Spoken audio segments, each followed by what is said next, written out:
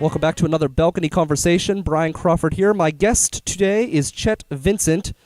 And Chet, if I had to describe you in one way, it would be by the artists that we also like on your band page. It says Molly Alphabet, the Harrian Twins, the Slow Reel, City Dwelling, Nature Seekers, Grand Piano, Nick and the Central Plains, Meeting of Important People, Boca Chica, and it goes on. And what the Hawkeyes, what I really found interesting about that is there are so many local bands that you talk about as bands that you like. I would say I'm mostly influenced by Pittsburgh bands. Yeah, that's the vast majority of the music I listen to. And I felt like that described you so much from everything that I have just observed in my time in the music scene. We're here live at the main stage at Mr. Smalls. This is going to be the River's Edge stage for the Millvale Music Festival. And that's one thing about you that I always found interesting, Chet, is everywhere I go, I can talk to two different people who have come to hate each other, loathe each other in the music scene. But you mentioned Chet Vincent, and they're all like, oh, Chet, I love Chet. He's so great. He's awesome. He's wonderful. So you just are so connected in the music scene in such a big way to so many people in such a personal way. I think it's really a fascinating statement, and it's more so than anyone else that I've met in the music scene, I would say, as far as just people who have made connections with you, who really just value your songwriting ability and your talent. Just everybody I talk to, I run into, they know who you are. Thanks, man. That's nice to hear. Yeah, I've, been bumming around Pittsburgh for a while now, but I just really enjoy it.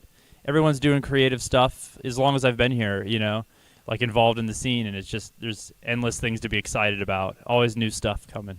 And you're everywhere. I see you different open mics and everything else. And one thing I really like is you go out and really support all of the other artists that are here in Pittsburgh as the best that you can.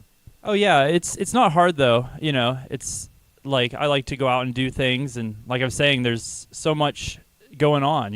I mean, I get more out of it probably than people that say, that I'm supporting them. It's like, no, they're really supporting me, stuff to do and shows to go to. Well, that's how I feel. I like to try to go to as many things as possible, and to me, it's just such a great experience. And even you go to some of these open mics, even if you want to just get your feet wet, if you're listening to this interview and you're not as aware of the local music scene, going to some of these open mics even, it's like going to a full concert. It's unbelievable. Yeah, I love going to open mics. I've done a fair amount of traveling in other cities, and I always look for, if I have time, like an open mic to go check out, usually because it means it's like a good bar that local people go to.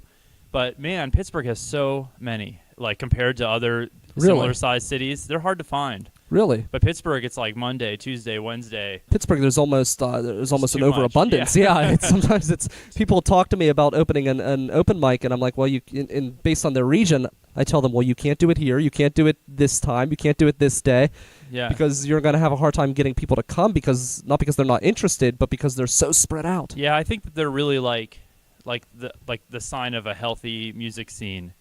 So the music scene's not dying in Pittsburgh, you don't think? I've seen that debate, and I very much think that the existence of that debate is proof that it is not dying. But yeah, you need that's like the beginning of like the life cycle, Songwriters are, starting out and nervous, and they've got these new ideas they want to show the world, and like the open mic is the beginning of the journey in a lot of ways. They go out there and get feedback and get more comfortable on stage, and then you end up like the sky's the limit really, from that point on.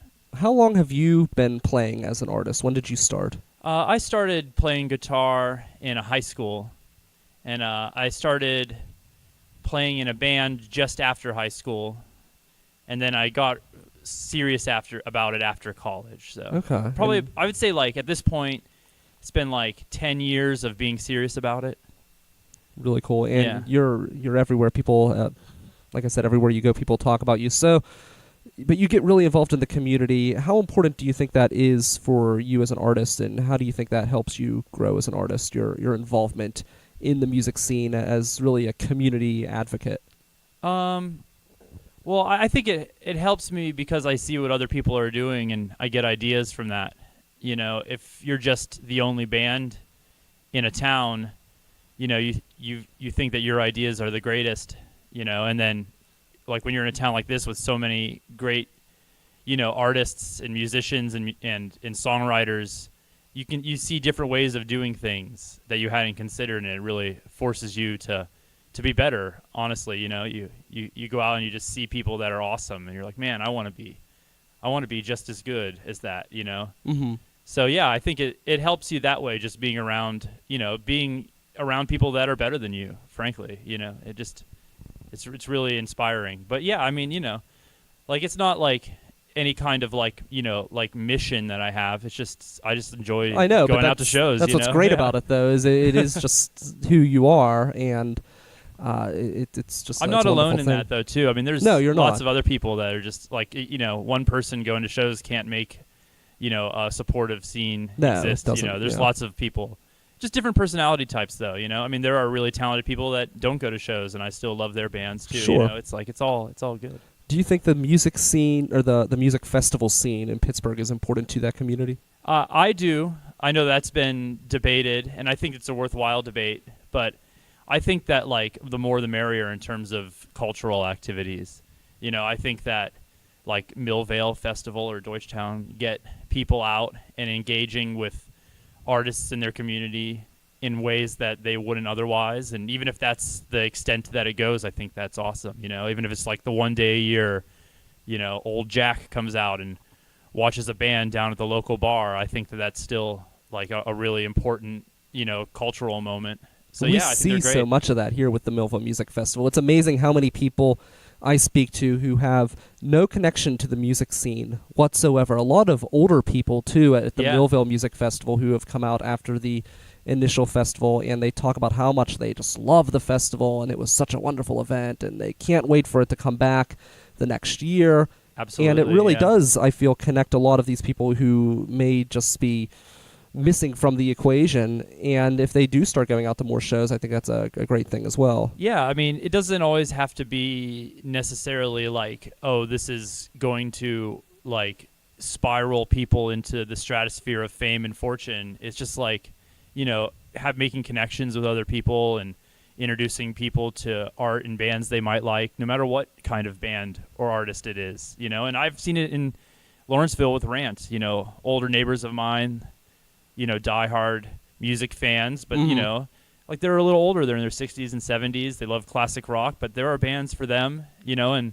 Rant comes around and they've found a few bands that they like, and they're following them on Facebook and just being down with the music. I mean, that's like, that's a win. Plus, if you're a musician and you're listening, the older people have the money.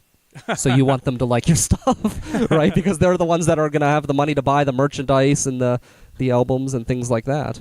I guess so, yeah, absolutely. Yeah. That's what I always did when I was in college and we did the Relay for Life there. That was my big thing, is I wanted to get the community involved, because my point was all of these, like, not that, we're older than college, but still many millennials are struggling to try to work 2 or 3 jobs, and I was in a position like that not too long ago myself. But when I was in college, my point was none of the college kids, we're all at a state university, so no one has any money. If we get the community involved, they might have, money to lay down. And money's always the hardest thing. Yeah. It's like, I've got a skill set, but getting money is not in there, and I've just learned to live with that at this point, Yeah, it can be challenging. I know this, with this, the River's Edge, we get a little bit of sponsorship money that we can use towards equipment and things like that, but the majority of what we're spending on is coming out of our pockets, the business owners at this point. Mm-hmm. So I can definitely relate to all of that. This board was actually that we're using was a Christmas present, because I was asked what I needed for Christmas, and that was when we first started, and I'm like, a board, a microphone. That's it. Yeah. A board and a microphone. You got a talk show going. That's right. That's it. That's great, though. I mean, that's like, like one of the cool things about this era is there's like a lower entry level to doing cool stuff. So. Yeah, and it's amazing what you can do affordably. Which you don't need a broadcast tower to start a network. It's pretty cool. Yeah, definitely. But you do need a certain level of commitment. Absolutely. And you could see that both in my industry, in the music industry. If you're really serious about your brand and your craft, you can see where those people will get more eyeballs at least. Maybe you won't make money yet, but you'll at least draw attention to yourself, and people will know who you are, because if you're out there really pushing yourself, and if you do things the right way, if you just... I always see these debates come up across social media where people kind of complain about certain artists who are successful because they've met different people and other artists who aren't, and the argument is as whether talent should matter more than connections. And I never get involved in those debates because I know it's not a winning situation, because you're never going to make anyone happy. But I always viewed it as most people aren't just born with connections. They make those connections because they care about what they're doing, and they're out in the community meeting people. I know us being here in Mr. Small's, our studio moving here, I had come to shows at the Funhouse. I was there multiple times a week for multiple years. I met those people. I didn't just... Yeah, it didn't just happen. It wasn't just something in my Rolodex where I looked through and picked up the phone. Yeah. So... Well, luck and networking, it's all part of it. But, you got to have the energy and, desire to do it. But I guess that's where my point is when you have that desire and energy, that's how you make those connections. Yeah, it's like a lot of it's out of your hands, but you can, do a good job with all the stuff that you control and not really sweat, things that may or may not happen in the future. That's my approach to it anyway. It's like try to be, do as good a job with all my projects as possible, and, and just enjoy that, I'm pretty lucky to be in Pittsburgh and have all this stuff going on, and that's how I feel. Being involved and interested in radio and having this unbelievable music scene that we do have here, it's really creates so many opportunities. People, like your network and you that come along and, get it out to a bigger audience and create festivals for people to play at. Who knows what it all means, Yeah. I think it's gonna go somewhere cool. Just have to keep going with it. Yeah. So I'm here with Chet Vincent, Brian Crawford. We're broadcasting on the balcony of the main stage at Mr. Small's. It'll be the River's Edge stage for the Millvale Music Festival, which will be May 12th here in Millvale, all over Millvale. So I want to talk about your band, the Birdwatchers. And I knew you from your old band, the Big Ben, so I'm excited to see the new band, and you're going to be performing here at the main stage. So can you tell me about this band? How did this come together? I've still got the Big Bend, but I wanted to do kind of more of a folk record. And I've met so many great musicians around town that play in that style really well, like Zoob and Jesse Prentice and Guy Russo. And last winter, it seemed like the right time to try to do that project. Like the Big Ben didn't have any new songs coming along, and I had all these folk songs kind of piled up. Mm-hmm. So I put them together and named them Birdwatcher as like a studio band. And yeah, we're not as playing around town as much as like the Big Ben did, but we're trying to do like a few shows this year and see what cool shows come up to play. Like obviously Millvale Festival on the Mr. Small stage is pretty sweet. Yeah, that's going to be great. Yeah, so we'll come out and play that. But yeah, it's a little bit more folk rock than the Big Ben's rock. And I'm real into that sound right now. I'm real into the folk song thing right now. And you met those people just by being in the scene and stuff like that. Yeah, Club Cafe open mic. That's one thing that's really cool about these open mics too, is so many people who will just get up and play together, and I feel like sometimes they've never played together before. I know you guys have in this group, the Birdwatchers, but a lot of times I do see somebody come up on stage maybe for the first time, and other people will come and join them. Yeah, and it's really talented interesting. Musicians, and it's cool. It's like just making connections, How difficult is that? Because I feel like it would be hard to get the timing down and everything else. I don't know. Yeah, I don't know how they do it. Yeah, it's a skill to just kind of play along and anticipate the changes. Yeah, because even one time I told a story at the Acoustic Cafe. Every once in a blue moon, I'll go and do a story at one of the open mics. And I was doing a creative story, and Andrew Laswell, Drew, was in the audience, and I had asked him previously he was in the house band, and I asked him to come up and play background music to my story, and it just, we never practiced, never rehearsed, it just clicked, and it was perfect. Yeah, he's really good at it. I think it's like an open-mindedness, like the backing musicians are just willing to get up there, and they're good at like flowing with what's happening, and making changes. It's pretty cool. Yeah. So this band, you wrote all of the music for it as well? I did, yeah. I wrote all the songs. I didn't like write the bass parts or anything but yeah, I wrote all the songs mostly last late fall and winter. We went into the studio and recorded over in Lawrenceville at Thunderbird House Studio. Oh, nice. Yeah, and then do we know when they're coming back? The venue, the Thunderbird. I have not heard a date. Okay. I know that they're working on it though. I hope soon. Yeah, I do too. So I'm excited to see what it looks like. I hope it's still, because I really liked even though there were some issues as far as viewing the stage, if you were in the back bar, it had a really cool feel to it, that venue, I felt.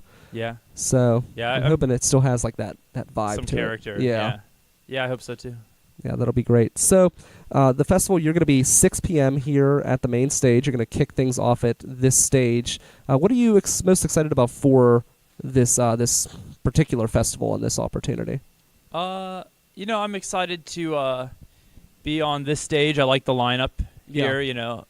Obviously my band and then my wife's band a little later, so that'll be fun. Just walking around and getting to see stuff during the day. Yeah, that's right, Molly Alphabet. Yeah, it's going to be cool. It'll be just nice to see all the groups out on a hopefully nice day. I hope so, because we have so many outdoor stages and no rain plans for any of them. So yeah, it's always a risk with the outside. We have a beautiful outside art festival that we're putting together as well on Sedgwick Street, which will be really cool. So you wrote all of the songs for the Birdwatchers. Can you walk us through maybe your writing process a little? Yeah, it's kind of a mystery. It's stuff comes when it comes, and I just kind of have to be there, and have the time to write it down. If I get a cool idea. For this one, it was it started out trying to write songs that I could play in their entirety by myself without a band.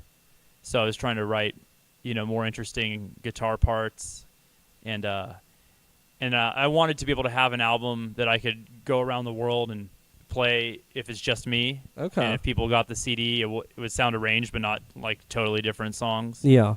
So that was kind of the loose beginnings of it. But then everything changes once you start adding in other musicians. Does that change the feel of the song when you're planning when you're almost writing it as a solo performer versus writing it for a band? I don't know. To be honest, you know, it's it's always kind of a mystery to me how things start one way and end another way, but they become sounds a little hippie to say, but they kind of become what they want to become at a certain point. It's those group of personalities and what the different musicians want to play or how they play. And no, I could see that because I wrote a couple plays back in my past, and one of them was produced at a series of one acts, and I wrote the play, but there was a different director and cast. I didn't direct the play, and it came out in many ways completely different than the way I had envisioned it. But I wasn't upset. It was really, really cool, and it was really, to me, fascinating to see someone else's take on something that I wrote. Yeah, it's cool. Yeah, you just kind of get it started and see where it ends. One of the songs I wrote on guitar, but then it ended up having Guy ended up writing a cool piano intro to it, and then we had Reed Conley of the Beagle Brothers in there playing pedal steel on some other songs, and he wanted to take a crack at that one and ended up writing a pedal steel part for it, which I think is just phenomenal and adds so much character that I never envisioned in this song in the beginning. And then even since then, we recorded it, but then we were practicing for the album release, and we added we extended it and added a solo section in. It's the song's still evolving. It's pretty cool. That's cool. Over time, you just see what they become. That's really cool. That kind of makes me think of almost like a segment of the show where I'll tweak it as the weeks go on, and it kind of changes from week to week until you finally get it the way you want it. Yeah, some songs are always changing up, and some are just oh, that's right, that's it. Yeah, sometimes that is. It's just you got to just kind of see what's going on. So, do you have any future plans with the Birdwatchers? What do you guys think you're going to do going forward after the music festival? So after this festival, we've got a couple more shows throughout the summer, but after that, I'm not sure.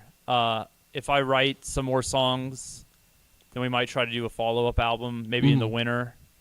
But yeah, no concrete plans right now for like moving forward. I'm going to be doing some solo touring in June, so I'll be spending most of June on the road. Okay. Promoting the album in other cities, doing the folk singer thing. That's one thing I don't think I could ever do, is go on tour. Oh, because you could do it. I don't know, because so when I was younger, I was, I'm an Eagle Scout, so I had gone out and camped most of my childhood, and now that I'm an adult and just like busy all the time, anytime I go somewhere, I want really comfortable, accommodating places. And I know when you're on tour, a lot of times, you're going all over the country, so you got to try to pace yourself financially. So a lot of times you're not always. If I want to go somewhere and I'm traveling, I want to go on the beach, basically. Oh yeah. So yeah, it would be hard. Yeah. Yeah, it makes it a little bit, it makes it a little bit easier if you feel like you're, getting your music in front of people's could ears. See that. Yeah. It's exciting, and it's great when you go to another place and even have like one or two people respond positively. It's a really good feeling. Do you ever get like repeat fans? You go back to a city and someone finds your name, they come back, or maybe they're just in the bar and they say, "Oh, Chet, I remember you last time you were here." Yeah, that's happened over the years. Not That's on any like super huge scale. Yeah. But definitely, yeah, it's a good feeling. It makes you feel like you're not crazy. Yeah. Which is always good to know. Yeah, have a baseline of knowing you're not crazy. Yeah, I know I am crazy, so it's yeah, well, crazy like a fox, man. That's right. Yeah. So, if you want to find out why you will be at the bar one day and Chet will walk in and you say, "Oh, that's right, I remember him," come by 6 p.m. Yeah, it's going to be a good show. Chet Vincent and the Birdwatchers here at the main stage at Mr. Small's Theater, the River's Edge stage for the Millvale Music Festival. Chet, thank you so much for coming in, and I'm really excited. It'll be a good time. You got some really great hosts in Mike Sasson and Alex Clemens of the Mike Sasson Show, so that's really great. Special shout-out to Jeremy Kaywood, who unlocked the door for me so I could get in here. He'll be performing at the War Room at Mr. Small's, which is below, 2 floors below where we're sitting now. Underneath, it's a cool room. It's a really cool room. He'll actually be outside. They're going to be performing outside unless it rains, but that's where the War Room is. You can go in there and get some coffee or some alcohol, and he'll be performing there. He'll also be performing with his band Loyola at the Food Truck Park Friday night, and I'll be hosting that event, but shout out to him. Thanks to getting us in. And again, 6 p.m. right here at the main stage at Mr. Small's.